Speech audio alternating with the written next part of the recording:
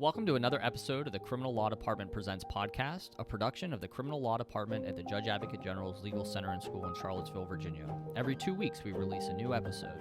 Today, we're going to have a conversation about a recent opinion from the Court of Appeals for the Armed Forces.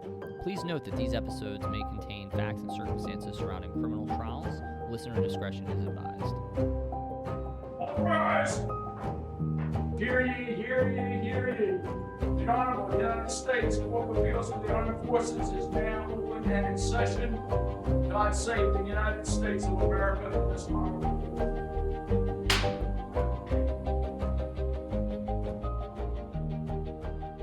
Ladies and gentlemen, welcome to another edition of CAAF Chats, presented by the Academic Department Crim Law here at TJAGLIX.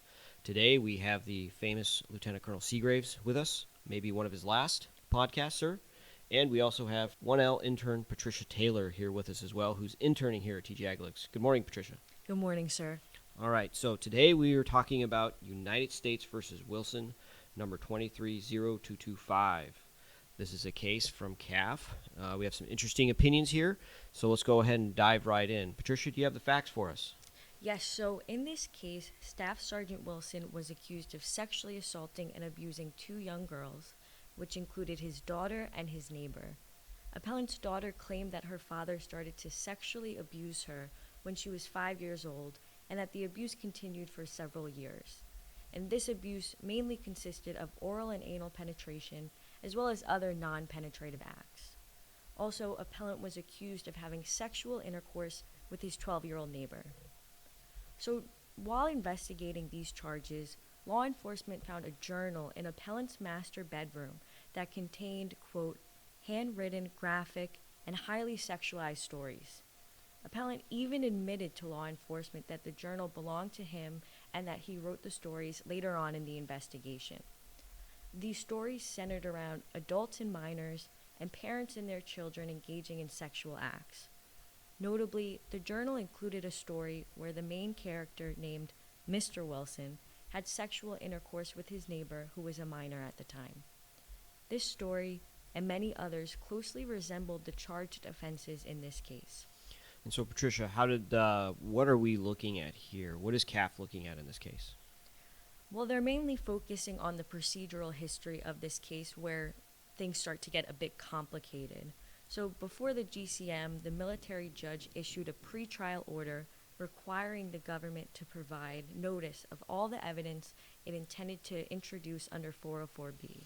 In 404B, Colonel Seagraves, could you just give us a quick rundown of that to kind of lay the foundation for us here? Well, James, as you like to do and instruct your students to do, I've pulled out my manual for court-martial. Sir, there's a tear in my eye. So looking at Military Rule of Evidence 404, specifically B, it's other crimes, wrongs, or acts. And under that, we have prohibited uses. Evidence of any other crime, wrong, or act is not admissible to prove a person's character in order to show that on a particular occasion, that person acted in accordance with the character. So basically, we don't want a disposition type of evidence. We don't want to say somebody's a bad person, so they acted badly. Once a thief, always a thief. That's right. So we do have permitted uses, though. So going forward, the permitted uses for this 404B evidence is it may be admissible for another purpose, such as proving motive, opportunity, intent, preparation, plan, knowledge, identity, absence of mistake, or lack of accident. And if you prepared for the bar, you've already looked at that probably as either mimic, or some evidence professors go with kipomia.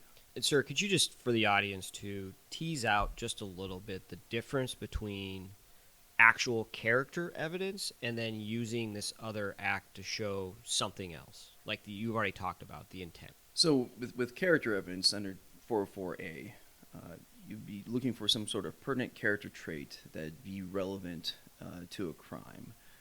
So if somebody was charged with an assault, the fact that they have a character for being violent or perhaps hot-headed could come into play if they tried putting on a defense of self-defense or something like that.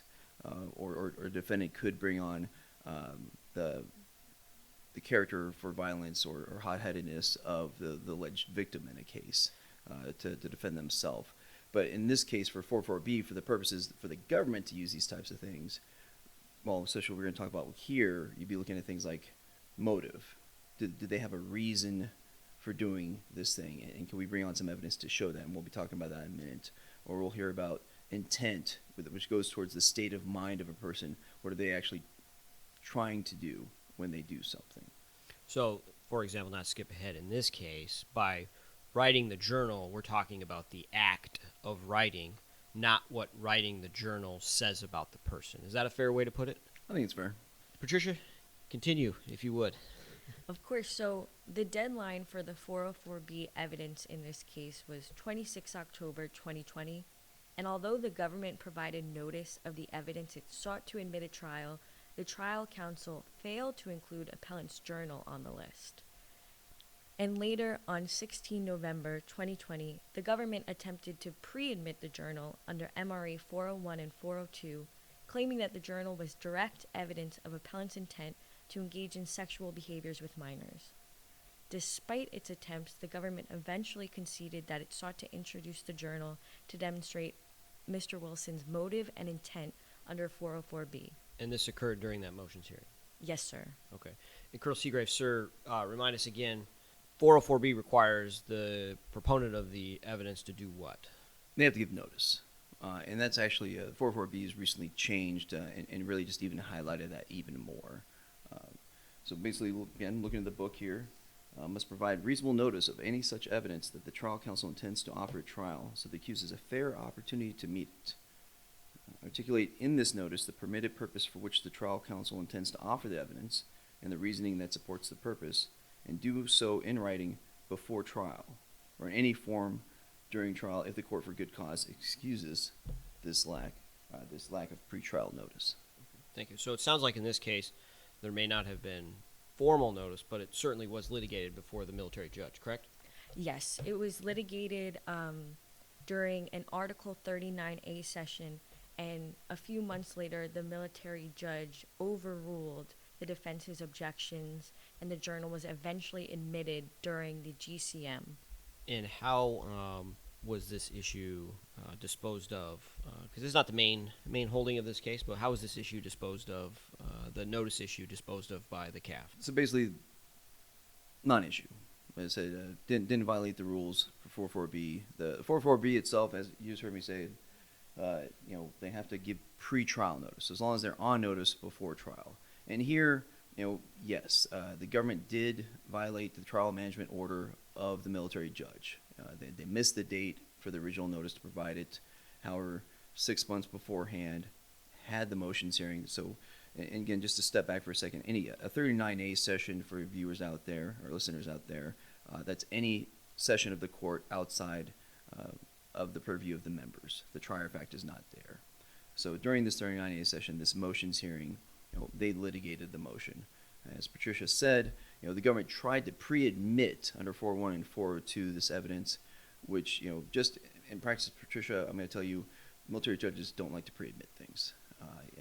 I always ask my students here to try to do motions in limine to ask for a ruling on the admissibility. And pretty much like the judge did here, they'll say, okay, as long as you lay the foundation during trial itself, we'll make a final ruling, but it's probably going to be admissible. And that's what he ruled there. And so, yes, they should have said 404B. They should have provided notice specifically under 404B. But the CAAF says, hey, that's on the military judge to enforce those orders. In the end, no real violation because they knew before trial. And they essentially litigated it prior.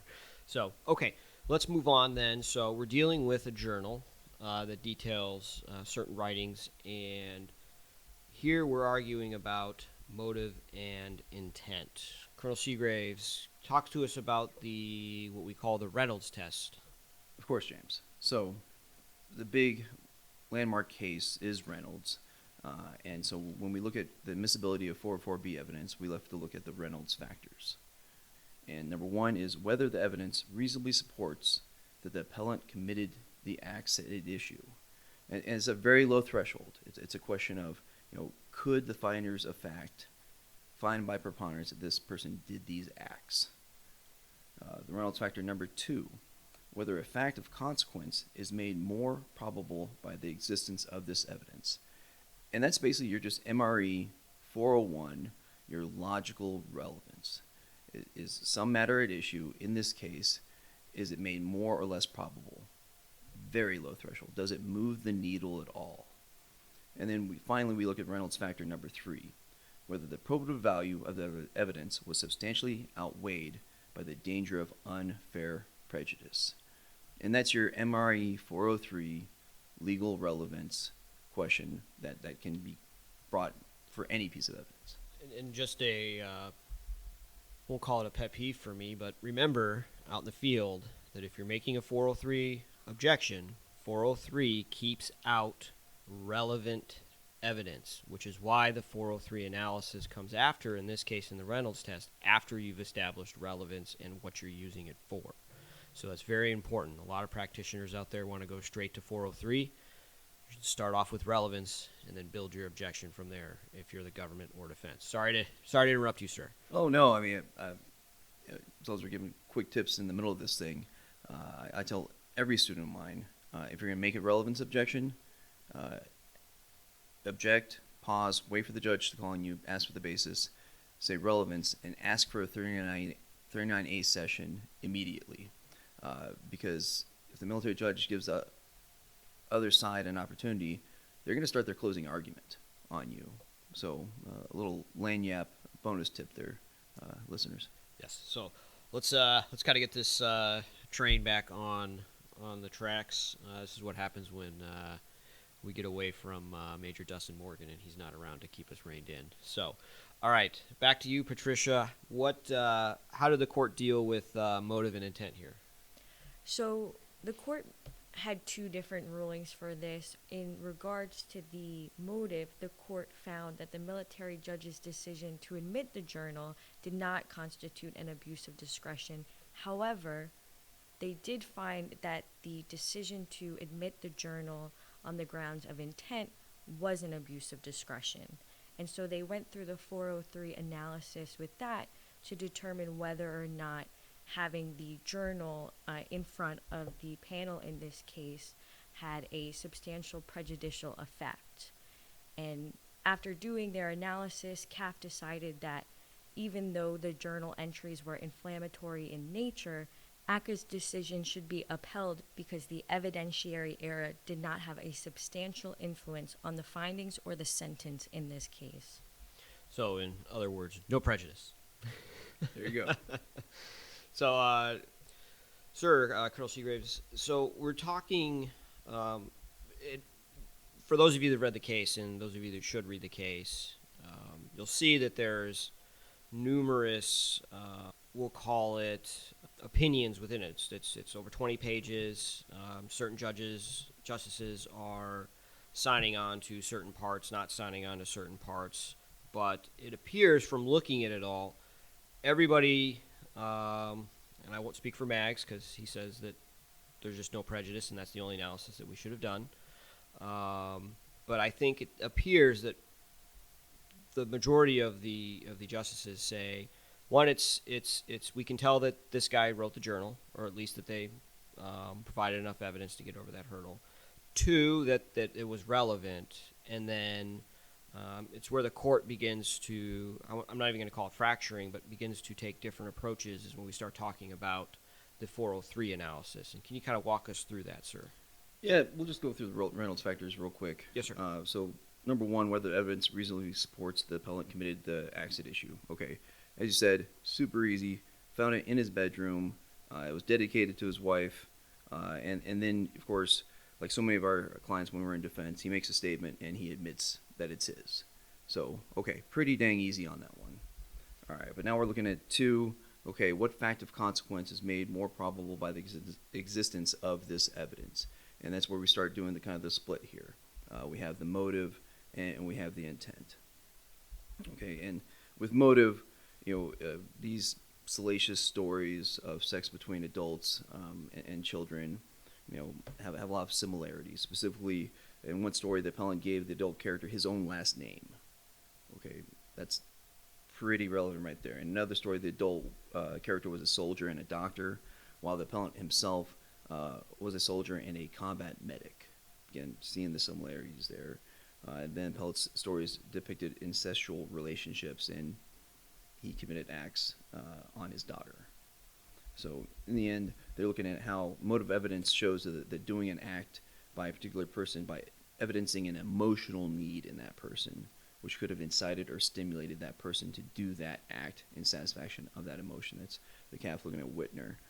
So basically, as you said, they all say yes for again Emory 401. Logical relevance definitely moves the needle on that one. Then we go to intent, and that's where we get some more argument here. And if you listen to the oral arguments, there was a lot of back and forth there on it. Kind of they contrasted Morrison and Harrow, two other opinions of the CAAF.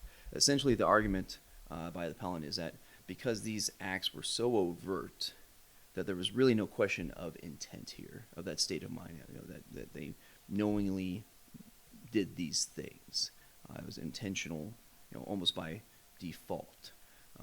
And so the CAAF says, Morrison, they said that evidence has some tendency to show intent, but also that the charge acts were so overtly sexual that the motive and intent were not an issue. And in that case, they concluded that proffered evidence was not admissible under that third prong of Reynolds. But in Harrow, Morrison's in 1999, in Harrow, in 2007, the CAAF said evidence of intent may be admitted regardless of whether a defendant argues lack of intent, because every element of a crime must be proven by the prosecution beyond a reasonable doubt. And they also cited an older case, the Court of Military Appeals 1988, the predecessor CAAF, that intent is at issue because the accused pled not guilty. In the end, the CAAF said, hey, we're still in the second prong. We're still in logical relevance here. And so this book is logically relevant, again, low threshold for that intent purpose. But now the rubber meets the road when we get to the third prong, the third Reynolds factor, that 403 analysis. And that's where we have a bit of a split, as you said, James. Yes. The split is revolving around that MRE 403. I believe they call it the right analysis, the right factors, sir? Yes, so you have U.S. v. Wright and also U.S. v. Berry.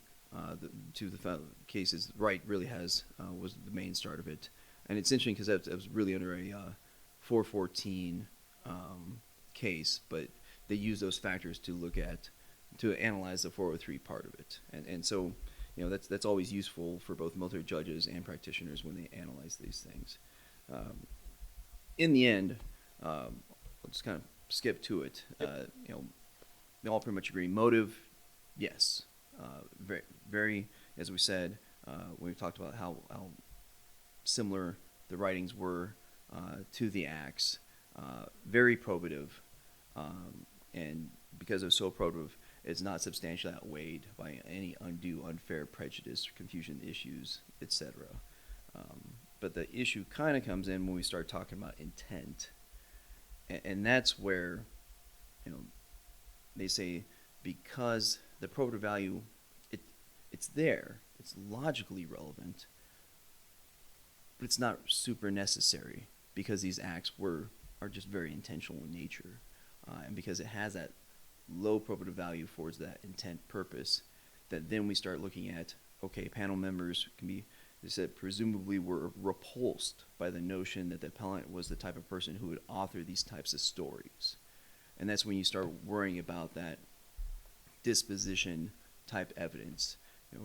Can they be confused, or can they conflate the fact that this guy is kind of a quote unquote icky person? Would they do bad things because he's that type of person?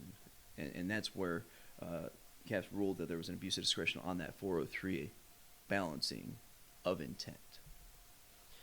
And to nerd out, as you call it, sir, it's important to note that only two justices, Judge Olson and Judge Hardy, signed on to that portion. You have Judge Sparks, who does not think that the judge abused his discretion in any manner, took some issue with doing a separate 403 analysis for motive and intent, and so he didn't get to prejudice. And then you have Judge Maggs, who says, skips over all of that and says there's still just no prejudice here, so we don't have to get involved with whether the judge abused his discretion or not. But again, It's the overlay of abuse of discretion most of the time that these cases are being reviewed on, which for the field and the practitioners out there, it is very incumbent upon you and even military judges to make sure that you are putting on evidence of the facts that you want. You are being very clear and explicit with the law that you are applying, and then you are making arguments that are grounded in those facts and that law to get the best possible outcome at trial, and then get the best possible review for whichever side you are on, because we have a famous philosopher in our department that says good prosecutors get convictions, great prosecutors sustain convictions. Sir, last word on Wilson before we get back over to Patricia to figure out a little bit more about her. Well, just to wrap it up, again, we look at there being no prejudice. And one of the things they say saves it is that the judge gave those instructions not to use this evidence for that, improper disposition purpose. And we believe that the members listen to and obey the instructions of the judge. So these curative instructions that the judge had, remove that prejudice.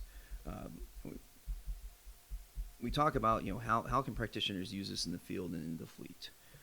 And so the first thing I just suggest is, trial counsel, you need to begin with the end in mind. So always be thinking about the instructions the judge is going to give at the end. Think about your closing argument. And when we analyze any piece of evidence, just because you got a piece of evidence, okay, I'm going to use it. Okay, for what purpose are we bringing it in? Is it like in here? Are we using it for motive? And that will, when we think about for what purpose we're using it, that will drive our analysis of what rule of evidence we're going to use, what arguments we're going to make, and then how we're going to write our motions in limine. Stomp of the foot on the ground, please, trial counsel, to get that early ruling on the admissibility, not permitting, ruling on admissibility. And as an extension of that, thinking about why you're going to use something, remembering that 404B has that more stringent notice requirement now, and the military judge is really going to put your feet to the fire, trial counsel. So make sure you give that proper notice. Awesome, sir. Thank you. All right. Patricia, you've been here at TJAGLIX how long? About 1 month this week, I believe. And you are a 1L, I believe, in Ohio? Yes, sir. I go to Case Western Reserve University School of Law. Okay, and you got here because of the JAG Corps internship? Yes, sir. Awesome. Tell me about that process. So I knew going into law school that I loved oral advocacy, I loved doing research, and I had done a few mock trial and moot court competitions beforehand, but I wasn't sure what roles I could do in the future where I would be able to litigate and try cases on a frequent basis. And then I ended up hearing about the JAG Corps 1L summer internship. And after speaking with a few JAGs and learning that you have the opportunity to try cases basically on day one, that really excited me and made me want to go through the internship process and see what it's like to be a judge advocate. And was this, not to go back a little bit, but was the internship process, application process easy? You met with an FSO, interviewed? Absolutely. My FSO was extremely helpful, and going through the pre-screening interview with him was really great for me. It helped me to identify what sort of things I wanted to talk about in my application and in the personal statement. So I really recommend people ask a lot of questions during those interviews about the application if they have any questions or concerns. Awesome. And what are some of the things we've kept you busy with here? So right now I am working on a post-trial workbook for the graduate course students, and it has been extremely challenging to learn different portions of the UCMJ within 1 month and understand the ins and outs of Article 60A, but it also has been extremely rewarding, and I'm excited to walk away with this knowledge once the summer ends. And what kind of trips have we been able to get you on here? We have gone to USALSA for an intern orientation, which was really nice to meet other law students and hear about their interest in the JAG Corps. We also were able to recently go to Fort Gregg Adams and sit in on a paralegal class, which was really cool to see. And yeah, there are other fun trips in store that I'm super excited about for the next month of this internship. Awesome. Well, we're glad to have you. We're really excited to be here with you, and look forward to the next month. And Colonel Seagrave, sir, you are PCSing soon. Is that correct? Yes, James. And where's the greener pastures for you, sir? Well, I'm going to be on the bench at Camp Pendleton, or I'll be out of Camp Pendleton, and somewhere on the West Coast in some courtroom ruling on 404B motions, apparently. That's awesome. Well, we will definitely miss you, sir. I appreciate you handing the podcast off to me, and we will hopefully get you back for some lessons learned here in the future. Criminals at the Criminal Law Department at TJAGLIX are an amazing team. It's been my honor to be a part of it. I'm just thankful to, Major Steve Dre that got this podcast kicked off. Happy for you, James, and Dustin Morgan and Rand Wentz to keep it going. Yes, sir. It's been something special. Thank you, and thank you, listeners. It has been. And with that, I'll remind all the listeners out there to, what does Josh Mickelson say, sir? Smash that subscribe button. Smash that subscribe button. Thank you all very much, and we look forward to seeing you for the next episode. Thanks for joining us today for another episode of the Criminal Law Department Presents podcast. If anything you heard sparked a thought, we'd love to connect with you. Your comments help us create better future content for the field or the fleet. Reach out to us on Facebook or Instagram. The information can be found in the show notes for today's episode. The views expressed in today's podcast are those of the presenters and not necessarily the Judge Advocate General's Court, the Department of the Army, or the Department of Defense. Court thanks counsel for both sides, and the court will stand in recess until further order of the court.